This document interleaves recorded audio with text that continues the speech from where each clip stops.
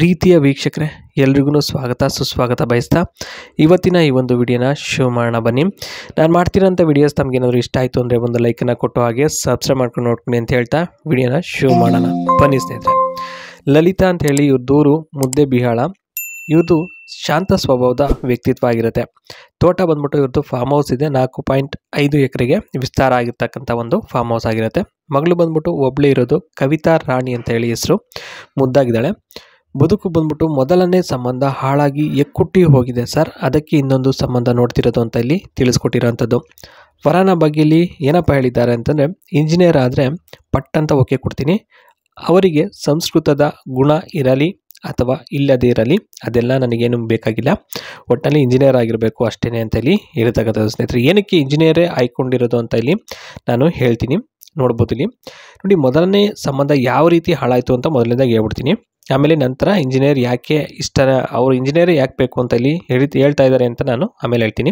ಹಳ್ಳಿಯ ಪರಿಸರ ಇಷ್ಟ ಆಗ್ತಿರಲಿಲ್ಲ, ಯಾಕೆಂದರೆ ಮುಂಚೆಯಿಂದ ಹಳ್ಳಿಯಲ್ಲೇ ಇದ್ದು ಬೇಜಾರಾಗಿತ್ತು, ಆ ಒಂದು ಕಾರಣಕ್ಕೋಸ್ಕರ ಹಳ್ಳಿ ಇಷ್ಟ ಆಗಲ್ಲ. ಹಳ್ಳಿಯಲ್ಲಿ ಒಂದು ಹೋಟೆಲ್ ಇಲ್ಲ, ಏನಾದರೂ ಜಾಲಿಯಾಗಿ ಕುಟುಂಬದ ಜೊತೆ ಹೋಗಿ ತಿನ್ನೋಣ ಅಂದರೆ ನೋಡೋಕ್ಕೆ ಚೆನ್ನಾಗಿದ್ದ ಅಂತೇಳಿ ಅಷ್ಟೇ ತಾಳಿ ಕಟ್ಟಿಸಿಕೊಂಡಿದ್ದು, ಅದು ಬಿಟ್ಟರೆ ಬೇರೆ ಏನಿಲ್ಲ. ಕರೆಂಟ್ ಜಾಸ್ತಿ ಹೊತ್ತು ಇರ್ತಾ ಇರಲಿಲ್ಲ, ಅದೊಂದು ಸಮಸ್ಯೆ ಆಗಿತ್ತು ಹಳ್ಳೀಲಿ. ಪ್ಯಾಂಟ್ ಶರ್ಟ್ ಹಾಕಿದರೆ ಎಲ್ಲ ನೋಡಿ ಜೊಲ್ಲು ಸುರಿಸುತ್ತಿದ್ದರು. ಬೆಂಗಳೂರಿಗೆ ಒಂದಿನೂ ಶಾಪಿಂಗ್ ಮಾಡಿಸಲಿಲ್ಲ ಕಣ್ರಿ, ಆ ಒಂದು ಕಾರಣಕ್ಕೋಸ್ಕರ ಮೊದಲನೇ ಸಂಬಂಧ ಹಾಳಾಯಿತು, ಮುರಿದು ಬಿತ್ತು ಅಂತಕ್ಕಂಥದ್ದು ಹೇಳಿದ್ದಾರೆ.